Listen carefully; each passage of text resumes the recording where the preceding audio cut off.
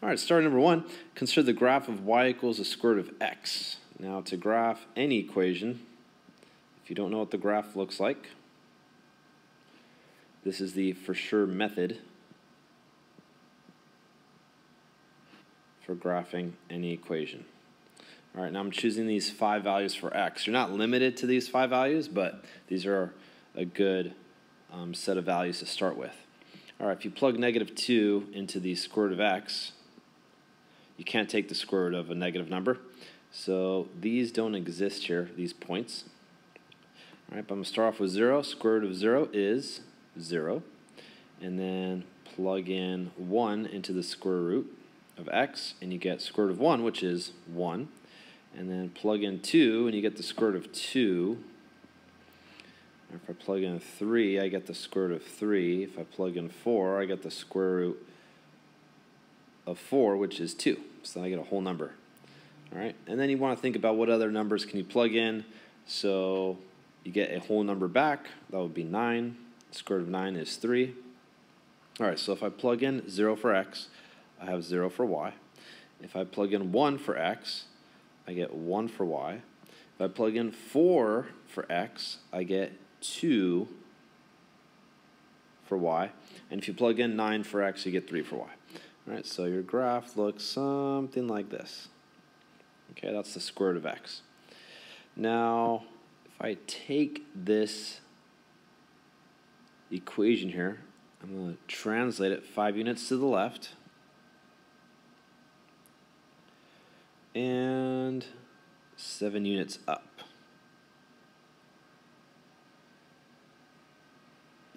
Okay.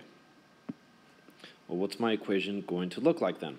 Well, here's the general equation. Y is equal to the square root of x minus h plus k. All right. So h is your movement left and right. So in this case, I moved back 5. So I'm going to have y is equal to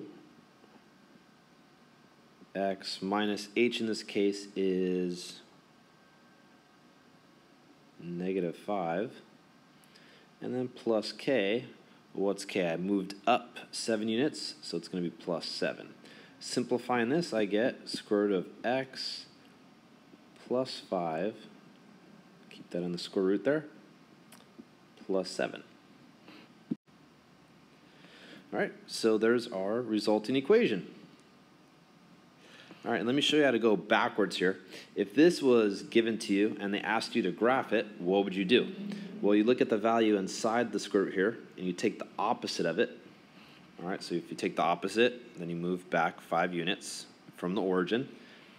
All right, so just saying you start here, you move back 5 units from the origin, and then it says add 7 on the outside. So that means you're moving vertically, so you're going to go up 7.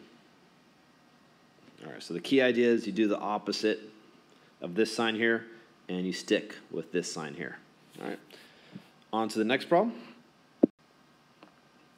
All right, and the graph of y equals x squared is translated 3 units to the right and 7 units down. The resulting equation is y equals x squared plus bx plus c. What is the value of b? Okay, first thing we have to do is graph the equation. All right, once again, if you don't know how to graph a parabola, here are the first 3 points to start with. All right, if you plug those values of x in, you get those values for y.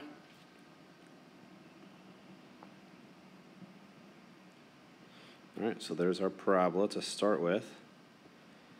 But the parabola is moved 3 units to the right. Okay, and 7 units down. Okay, here's the equation for a parabola in vertex form. Okay, so what's going on here? All right, what is my h in this case? H is your movement horizontally, so I moved 3 units to the right, so it's going to be minus 3 squared. And then plus k, I moved 7 units down, so that's -7. All right, if I simplify this, I get... All right, but that's not going to help us answer the question here. All right, I need to get my equation to be in this structure here, in standard form. So what I'm going to have to do is, I have to expand this and FOIL it.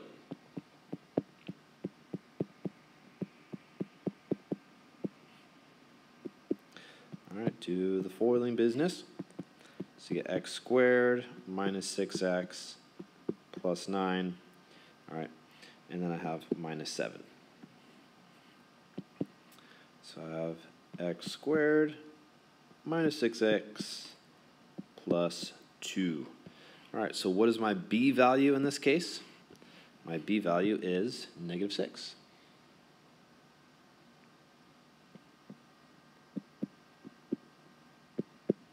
Done. On to the next. All right, here we have a system of equations. And here I already have y isolated. So I'm going to take x squared plus 2 and plug that in here into the other equation. So 3x plus x squared plus 2 equals 2. All right, and I'm going to subtract 2. So I end up with 3x plus x squared plus 0. These cancel out, equals 0. All right, and then simplifying all this, putting it in standard form, I get x squared plus 3x equals 0. And then I'm going to factor out the x. So I end up with x times x plus 3 equals 0. And now I can solve this equation. X is equal to 0, and x plus 3 is equal to 0. So I subtract 3, x is equal to -3. All right, I got the two values for x. Now all I have to do is plug x back into either equation. So I'm going to have y is equal to 0 squared plus 2. So y is equal to 2. And y is equal to -3 squared plus 2. So y is equal to 9 plus 2. Y is equal to 11. So I have 2 points for this problem. I have 0, 2, and -3, 11. These are my 2 solutions for this problem. Done. On to the next.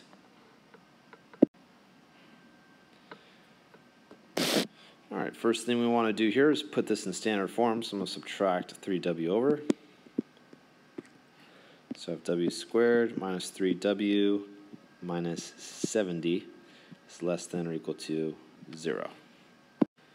Okay, before we even consider what to do with the inequality, let's just factor this expression here, this quadratic. So what two numbers add up to -3 but multiply to give you -70? 7 and -10. So you're going to have w plus 7 and then w minus 10.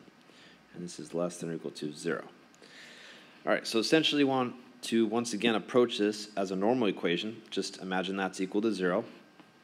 So you want to find your zeros for the equation. So w plus 7 is equal to 0 and w minus 10 is equal to 0. So w is equal to -7.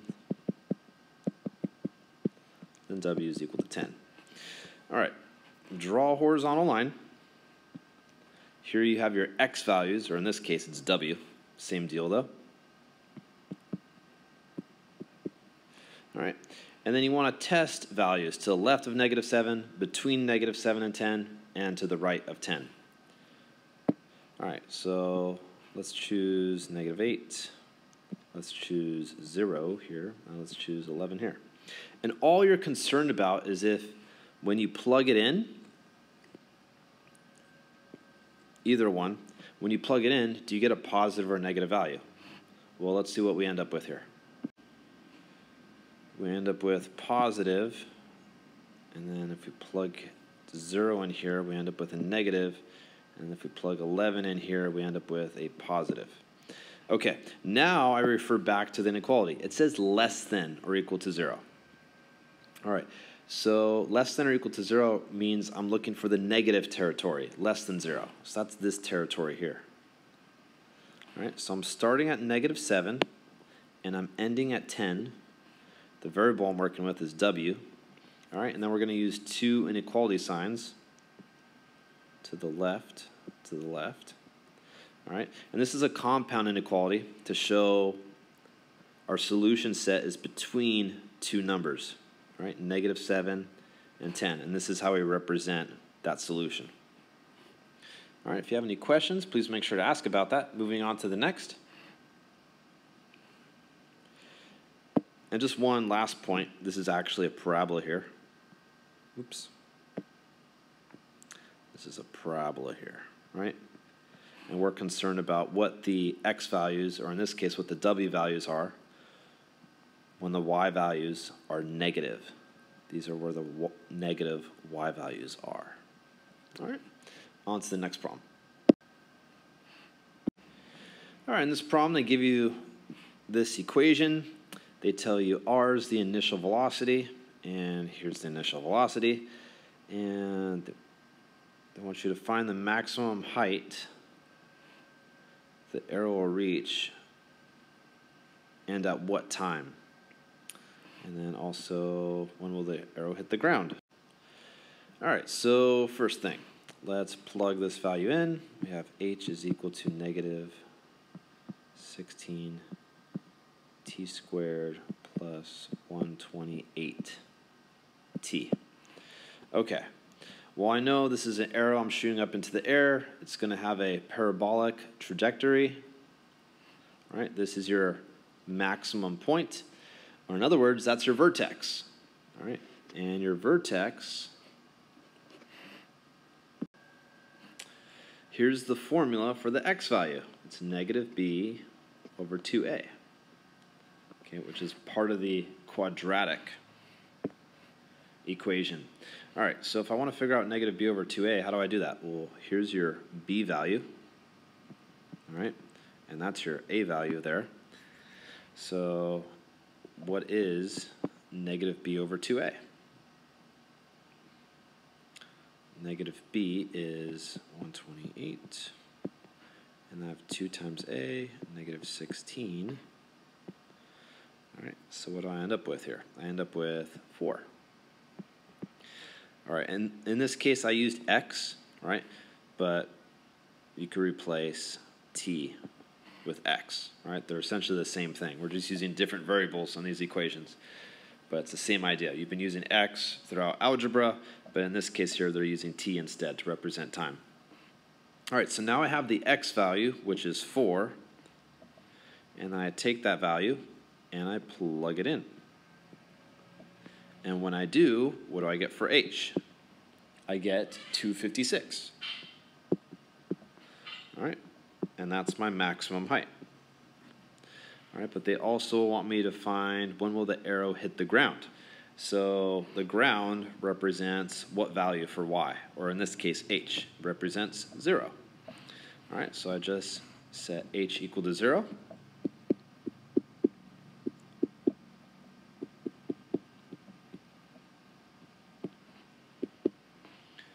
So now I'm going to factor out -16 and t, and I get t plus or minus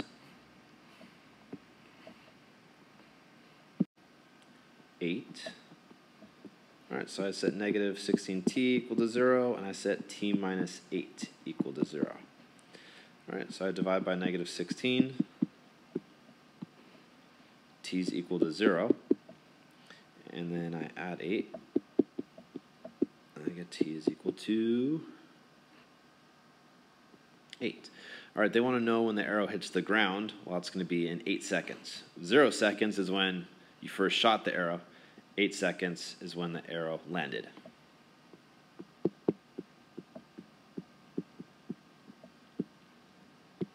All right, done with that.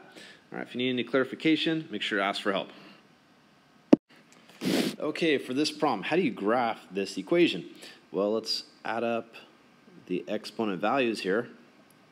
That's 4, so it's an even degree. And if it's an even degree, you get a U-shaped graph. All right, if it was an odd degree, you would get an S-shaped graph. All right, so starting off here, we have a positive value in front, so it's a normal U-shaped graph. It's not turned upside down. So we're going to start from the left here, coming down. And now what do? Well, I need to figure out where my zeros are. So I set x plus 4 equal to 0. So x is equal to negative 4. And x minus 2 equal to 0. So x is equal to 2. All right, so I'm going to go down and hit negative 4 first. Actually, let me redo that. Okay, I'm coming down. Let me erase this. Okay, here we go. All right, so going down here, and then I'm going to hit the negative 4. And because this exponent is even, that means it has even multiplicity. That means I bounce off of the x-axis then. All right, and then I'm going to come back up. And then it has to turn back around because it's going to have to hit positive 2. All right, so it's going to hit positive 2. And then what does it do there? Does it go through or does it bounce? Well, the exponent's even multiplicity bounces off. So then it comes back up. All right, and that's generally a U-shaped graph. All right, so that's all we have there. We've graphed it. We're done. Moving on. All right, for number 13, we're going to do long division. So we have x squared minus 0x. Don't forget that. That's important. Then we have x to the 4th plus 8x cubed minus 10x squared minus 48x. All right, minus 17. All right, now long division is very easy. Just students make mistakes, you know, with placing certain values in the right place, or they forget to add or subtract. They miss a negative, so just be careful with every step of this process. So x squared times what gives you x to the 4th? That's going to be x squared. So we place it over here. And then I have x squared times x squared is x to the 4th. Negative 0x times x squared is just 0x cubed. And then I have negative 6 times x squared, so I have negative 6x squared. Okay. Now I have to change the signs for everything. Negative, negative, positive. All right, be careful with this here. Erase the signs if you have to. All right, so it cancels out. X to the 4th minus x to the 4th. Then I'm going to end up with 8x to the 3rd minus 4x squared minus 48x minus 17. Okay, that's my new polynomial to work with. So x squared times what gives you 8x to the 3rd? That's going to be positive 8x. So multiply now. I have 8x to the 3rd. Then I have 0x squared. Then I have negative 48x. All right. Change the signs now. Minus, minus, plus. All right. And so the first terms cancel out. Then I'm left with negative 4x squared. And negative 48x plus 48x, that's 0x now. Minus 17. There's my new polynomial. All right, so x squared times what is negative 4x squared? That's going to be negative 4. All right, so multiply, and I get negative 4x squared plus 0x plus 24. Now I have to change the signs of everything. All right, so this is going to be plus, this is going to be minus, and this is going to be minus.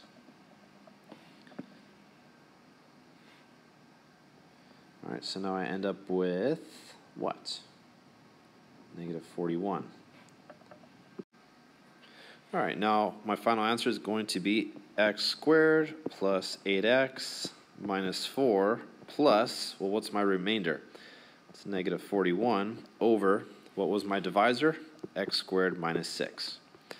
All right, simplifying that, I get x squared plus 8x minus 4 minus 41 over x squared minus 6. All right, that's your final answer.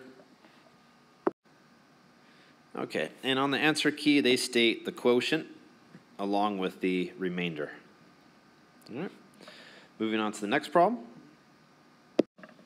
All right, if 4 is the root of this polynomial, find all the other roots. Okay, we could use synthetic division here. 4 is the root. I'm going to state all of the coefficients: 4, negative 8, negative 29, and negative 12. All right, bring down the 4, multiply, then add. Multiply, then add. Multiply, then add. Okay, so here are the coefficients to the remaining polynomial. So I have 4x squared plus 8x plus 3. Okay, now I just have to factor this. So what two numbers add up to 8 but multiply to give you 12? All right, 2 and 6. All right, so I'm going to have 4x squared. I'm going to break this middle term up using these two values, plus 2x plus 6x plus 3. All right, now I group. Out of the first group, I pull out a 2 and an x, and I'm left with 2x plus 1. Out of the second group, I'm pulling out a 3, and I'm left with 2x plus 1. All right, so I have 2x plus 1 in common. I factor that out, and I'm left with 2x plus 3. All right, set this equal to 0, and I find my remaining roots. 2x plus 1 equals 0. 2x plus 3 equals 0. So I have 2x minus or equals 1. Divide by 2. X is equal to a half. And then I subtract 3. 2x is equal to negative 3. Divide by 2. X is equal to negative 3 over 2. All right, there are my two other roots. Done. All right, for number 17, you have a polynomial, p of x is equal to, and it says, of degree 3 and has the real zeros, negative 1, 3, and 4. Okay, so if I write those out as binomials,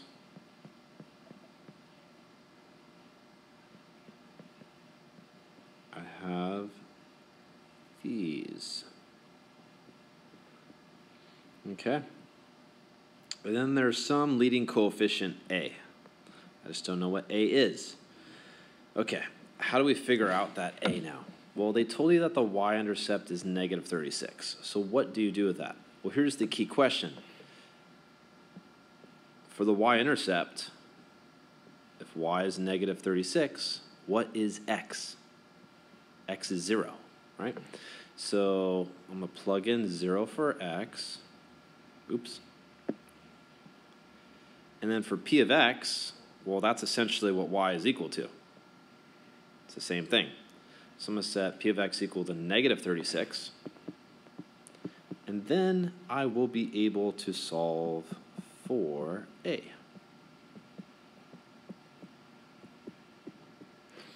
All right, so negative 36 equals a times 1 times negative 3 times negative 4. So negative 36 is equal to negative 12a, or positive 12a. Positive 12a. All right, so I divide by 12, and I get a is equal to negative 3. All right, cool. Now I could come up with the function. which is p of x is equal to -3 times x plus 1 times x minus 3 times x minus 4. All right, let's do a little foiling here. So I end up with -3 times x squared minus 3x plus x minus 3 times x minus 4. Just take your time working this out.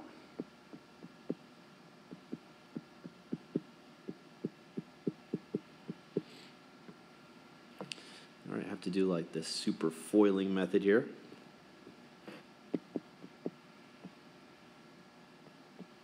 All right, just be careful, take your time.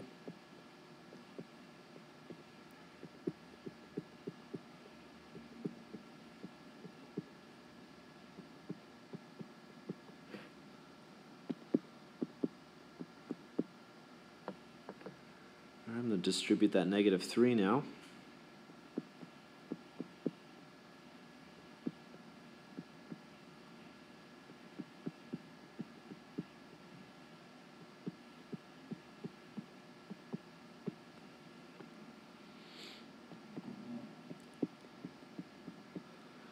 So my polynomial function is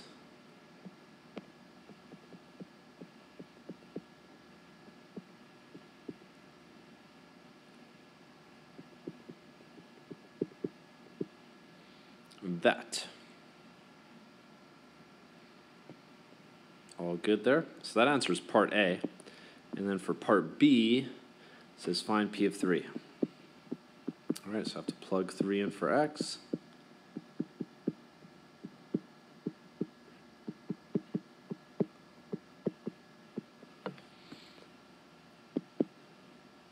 And P of 3 is equal to 0.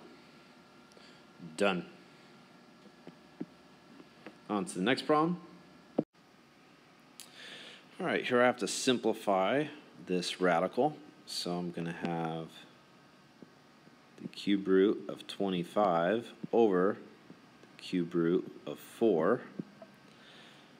Okay, so 4 breaks down into 2 times 2. In order to simplify this radical, I need 3 2's. All right, so what do you do here? To rationalize the denominator, I'm going to have to multiply by the cube root of 2. All right, let's understand why I just did that. I'm going to end up with the cube root of 50 on top, and on the bottom, I'm going to end up with 4 times 2, the cube root of 8. All right, I intentionally did this because now I have 1, 2, 3 2's. All right, cube root of 8, 2 times 2 times 2. So I have a group of 3. That means I could get rid of the radical. So I have cube root of 50 over 2. Done. I've simplified the radical. For number 21, we have this rational exponent here. All right, I need to isolate x. Well, in order to do that, I got to get this to be 1 here. So what I'm going to do is raise both sides to the 3/2 power. Okay, so what happens here? These cross cancel. I'm left with 3x minus 3, and then I have 9 to the 3/2 power. All right, well, the denominator indicates the root to the radical. I'm going to convert this into a radical. And then the 3 is the power of the 9, or you could also put it on the outside. You could put it here as well. All right, your choice. But I like to have it on the outside, though. All right, so if I take the square root of 9, I get 3, and then I still have the third power on the outside there. So it's 3x minus 3 is equal to 27. Add 3. I get 3x is equal to 30. Divide by 3. And x is equal to 10. That's all there is to it. Done. Now, many students get this problem incorrect for one simple reason. We introduced a square root into the problem. correct? All right, so whenever you introduce a square root into equation, what do you also have to introduce? The positive and the negative case. All right, don't forget about that. All right, so watch out for this here. There's a little more involved. We have 3x is equal to 3 plus minus 27. And then we're going to divide by 3. All right, so x is equal to 3 plus minus 27 over 3. So I have 3 plus 27 over 3, which is 10. And I have 3 minus 27, which is negative 24 over 3, which is negative 8. All right, so these are my two solutions. There's two solutions for this problem. Watch out for that. Be very careful, because that's a very common mistake among students. All right, going on to the next problem now.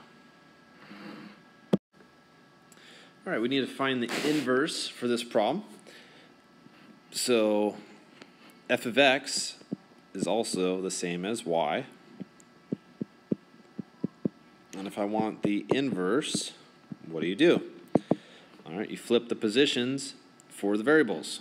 So x becomes y, and y becomes x. Now I have to isolate y. So I'm going to subtract 3. 2y squared is equal to x minus 3. Divide by 2. So y squared is equal to x minus 3 over 2. And then I'll square root both sides. So I have y is equal to the square root of x minus 3 over 2. That's all there is to it. On to the next problem. All right, for 25, they want you to find g over f of x, which is the same thing as g of x over f of x. So I have g of x, which is x squared minus 9 over 4x plus 12. I'm going to factor both parts, so I have x minus 3 times x plus 3 over 4 times x plus 3. All right, so these cancel out here. And I'm left with x minus 3 over 4 as my final answer. Done. All right, for the next problem, there's many different ways to approach this type of problem. All right, but this is one way. So let's simplify this.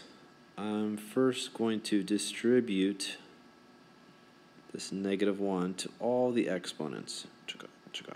All right, so I have 6 to the negative 1, a to the second, 7 to the negative 1, a to the negative 1, and b to the first. All right, now any particular piece that has a negative exponent, you're going to switch its position. So from numerator, we're going down to the denominator. From denominator, we're going up to the numerator. All right. And I have a squared. Oh, that stays on top since the exponent is positive. Then I have a to the first. Then I have b to the first. So I have 7a cubed now over 6b. And that's all there is to that. We're done.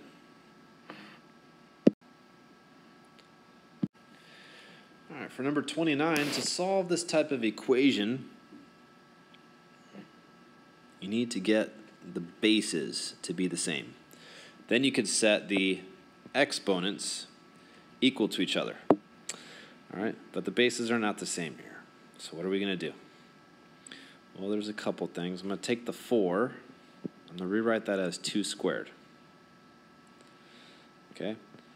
And then what's a different way of writing 2? You know, you got to force yourself outside your comfort zone here. What's a different way to write 2? I could rewrite 2 as 1 over 2 to the negative 1 power. All right, and this whole piece here is squared. All right, so this is the same squared piece here. All right, let me clarify this portion here. Half to the negative first power is the same thing as 2. All right, because think about it this way. I could distribute the exponent. So I have 1 to the negative 1 power, 2 to the negative 1 power. to get the powers to be positive, I switch the positions. So I have 2 to the first, and I have 1 to the first, which is just 2. All right, so now you should be able to see how these two here are equivalent. All right, so now I'm going to have a half to the negative 2 power. That's what I'm going to replace 4 with. And then I have this whole piece here raised to the 3y minus 4 power. Okay, this is just one way to do the problem. Then I have y plus 1. Okay, so now I have the same base here. All right, and now this is my new exponent. So I'm going to have y plus 1 is equal to negative 2 times 3y minus 4. All right. So you have to be a bit clever, pull out a couple tools in order to work out this equation. All right, y plus 1 equals negative 6y plus 8. All right, now I'm going to add 6y. So if 7y plus 1 is equal to 8, subtract 1, 7y is equal to 7, divide by 7, and y is equal to 1. Done. Alternative approach, here's a different way to do it. You could take a half and rewrite that as 2 to the negative 1 power. Okay, and then you could write the 4 here as 2 squared, and then you would have the same base from that. All right, the exponents will look a bit different, but then when you work it out and you solve it, you still get y is equal to 1. So your choice how you want to approach the problem. All right, on to the next problem. All right, for number 31, we have to write this as a single logarithm. So I'm going to apply the power property for logarithms here. So I have log of t to the third minus log of s. And then I will apply the quotient property. So I end up with log of t to the third over s. And that's all there is to this problem. Done. All right, for number 33, we're simply applying the compound interest formula. P is your principal. That's what you invested, $1,000. 1 plus, they tell you the interest rate is 8%, so that's 0.08. N is the number of compoundings per year. So it's compounded every 6 months. That means twice a year. All right, so then I have 2 times t, and t is the number of years, which is 5. All right, so let's work that out. Then we could figure out the amount present.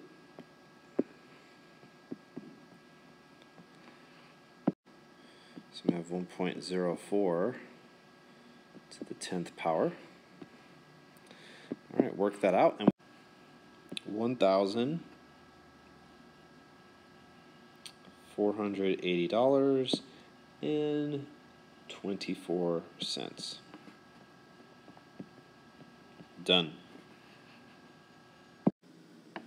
All right, for number 35, let's see, what are we going to do here?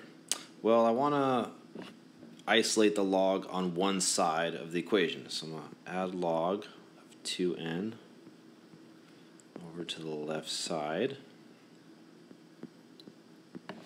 And I get log of n plus 4 plus log of 2n is equal to 1.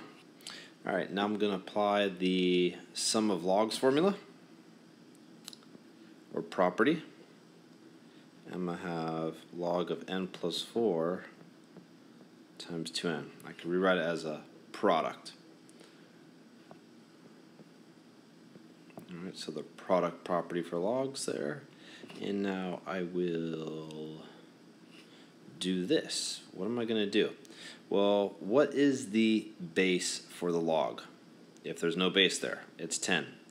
All right, now I'm going to take this logarithmic equation and convert it to an exponential equation. So I have 10 to the first power is equal to whatever I'm taking the log of, n plus 4 times 2n. All right, now I'm going to distribute.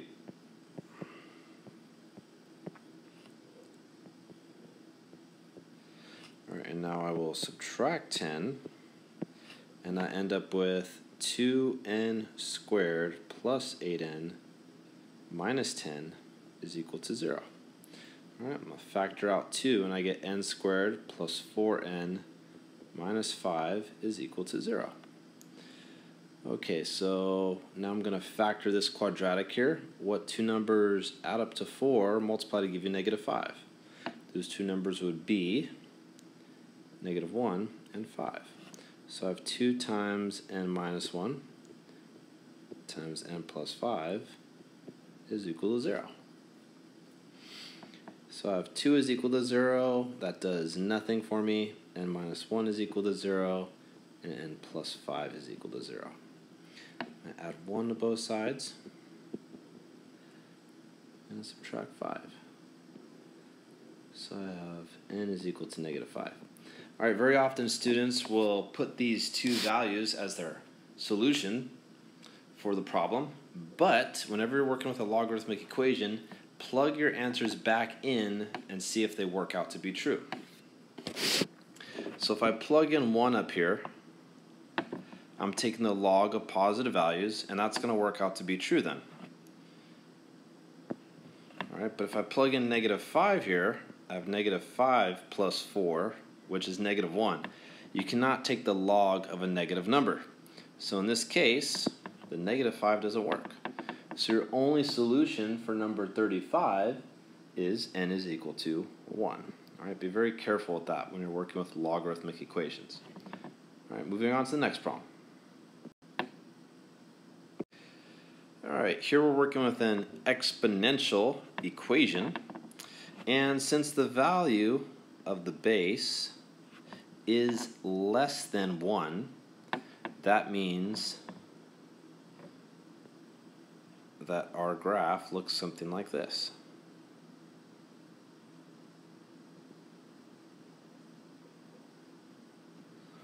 Okay?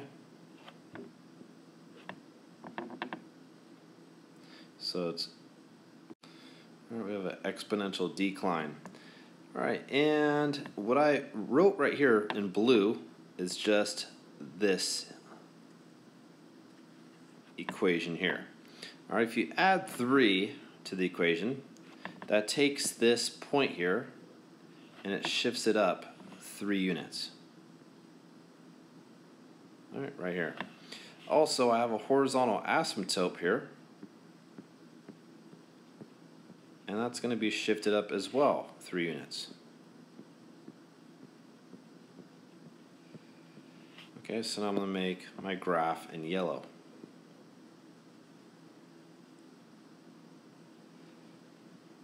All right. All right, there's the graph of your exponential equation. On to the next problem. Okay, write as the sum or difference of logarithms with no exponents. Okay, so I'm going to apply the quotient rule to start off with.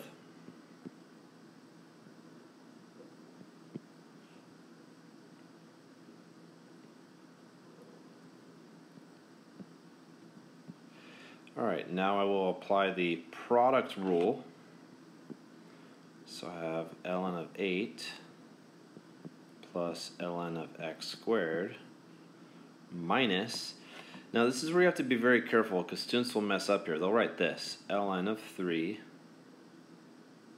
plus ln of y. All right, now what's the mistake here? You're going to have to distribute this negative to these two parts, all right, because you're subtracting this piece here. So don't forget to distribute that negative. Students often forget to do that. All right, so I'm going to have this here.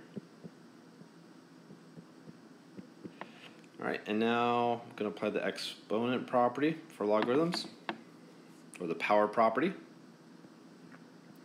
Throw that in front.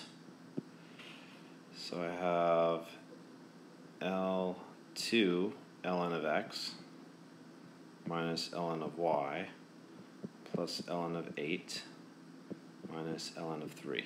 Okay. Now the order doesn't particularly matter. Just make sure you have the correct signs in front of each natural log. All right. Alrighty, done. All right, for number 41, we're graphing a logarithmic equation. All right, now if I were to just graph this here, this is just sort of the general equation for a logarithm. It crosses the x-axis right here at 1, and there's a vertical asymptote,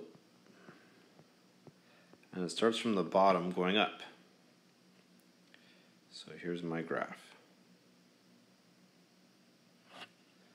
Okay, just something like this. All right. Now, since I'm adding 3 on the inside, or to the x value, that means I'm shifting along the x-axis, or shifting horizontally, but in the opposite direction. So I'm going to subtract 3. So I'm going to take this point here and move it back 3 units. I also have to take the vertical asymptote and move it back 3 units as well. So here is my graph for this logarithmic equation, the graph in red. All right, done. All right, we have to simplify this craziness here. All right, not too bad, just got to do a lot of factoring. All right, so for the top expression, what two numbers add up to -3 multiply to give you -4? That would be 1 and -4. On the bottom, what two numbers add up to give you 1 and multiply to give you -20? That would be 4 and -5. All right, how about this expression here? We have 4 and -5. So what two numbers work? -1 and 5. All right, so let's factor now. So I have a plus 1 times a minus 4 over a plus 4 times a minus 5. Divided by, let's factor the top expression. Let's factor out a 5. So I'm left with 1 minus a squared over a minus 1 times a plus 5. Okay. And this piece right here, I could also factor that. That's a difference of squares, so I factor that into 1 minus a times 1 plus a. All right, now since I'm dividing here, I don't want to divide. I want to multiply them. So I'm going to multiply by the reciprocal of this expression. So I have a plus 1 times a minus 4 over a plus 4 times a minus 5 times of a minus 1 times a plus 5 over 5 times 1 minus a times 1 plus a. All right, let's see what's going to happen here. All right, notice that these two expressions are a bit different than the other ones with a's. So I'm going to flip them. All right, watch this. This is where you have to be very careful. There's a very subtle detail here that many students miss, and it throws them off. And usually it's that negative, which in this case it is.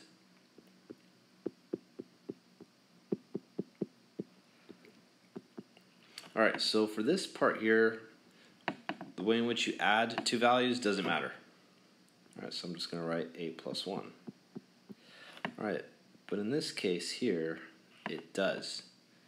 So if I write 1 minus a, 1 minus a, that's the same thing as negative a plus 1, which is also the same thing as if I factor out a negative, a minus 1. All right, so now I have this negative in front here, and I'm going to write a minus 1 here. All right, So that's what's going on. That's the important piece that many students miss. All right, so I'm going to cancel out a plus 1s.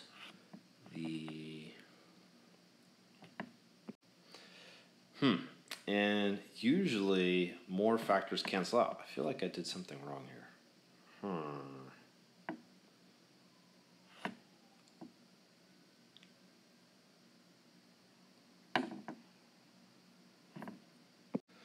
Dope, I knew it. This is -4, and that's +5. So this is -4 plus 5. This is -4 plus 5. This is -4 plus 5. All right, so the a minus 4s cancel out. The a plus 5s cancel out. The a minus 1s cancel out. Oh, and I'm just left with 1 over 5, and it's negative. All right, watch out for that. Next problem.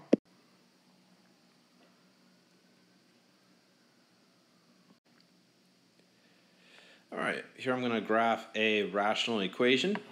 All right, first thing, the degree of the denominator is greater than the degree of the numerator. So if that's the case, then I have a horizontal asymptote at 0. All right, and what's the next step? Now I need to figure out my vertical asymptote. So I set the denominator equal to 0.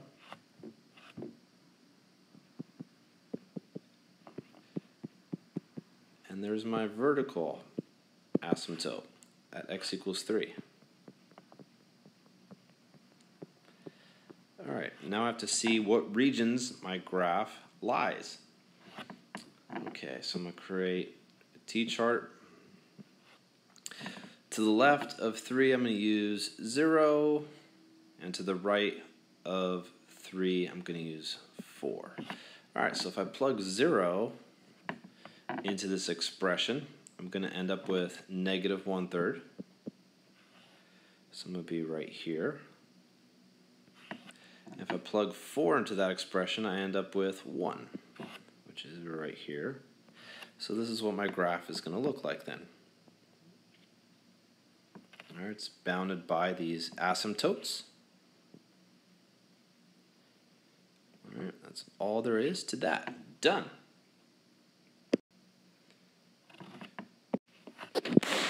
All right, let's work through this craziness now.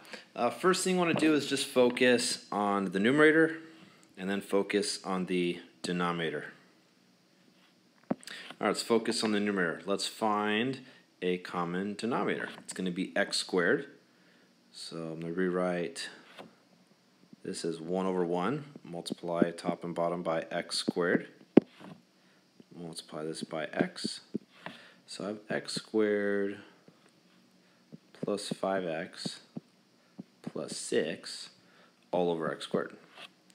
And for the bottom portion, 1 over 1 and multiply by x squared top and bottom. So I have x squared minus 4 over x squared. All right, now I'm going to divide these two expressions by simply multiplying by the reciprocal of the bottom expression.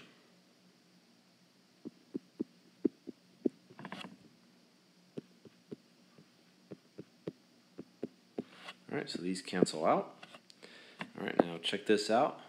These cancel out here right away. And then I have x squared plus 5x plus 6 over x squared minus 4. All right, the quadratic on the top I can factor into what? What two numbers add up to 5, multiply to give you 6? 2 and 3. So I end up with x plus 2 times x plus 3 all over. Now I have a difference of squares here. This is x plus 2 times x minus 2. The x plus 2's cancel out, and I'm left with x plus 3 over x minus 2 as my final result. Done. All right, for 49, what is the sum and product of the solutions? Sum and product. Okay, how are we going to work through this? Well, first thing I'm going to do is factor this denominator here. What two numbers add up to -8, multiply to give you 12. That's going to be -2 and -6. So I have 10 over y minus 2 times y minus 6 plus 1 over y minus 6 minus y over y minus 2 is equal to 0. Alright, now what's the common denominator for all of these components here? Alright, the common denominator is y minus 2 times y minus 6. Alright, multiply that on both sides and you will get rid of all of the fractions. Alright, so for the first part of the expression, I end up with 10. For the second part, I end up with 1 times y minus 2. And for the third part, I end up with y times y minus 6. That's equal to 0. Alright, so let's distribute here. I get 10 plus y minus 2 minus y squared plus 6y is equal to 0. Okay, and then I don't like having a negative y squared, so let's bring everything over to the right side. So I'm going to have y squared minus 6y minus y plus 2 minus 10 is equal to 0. Alright, I'm moving everything over. So do the opposite of the sign you have there. Alright, now I'm going to combine like terms. So I have y squared minus 7y minus 8 is equal to 0. Alright, so in this case I could use the simple form of the big X method. If we had the negative in front, then we'd have to do a little more thinking. This keeps it simple. So what two numbers add up to -7, multiply to give us -8. 1 and -8.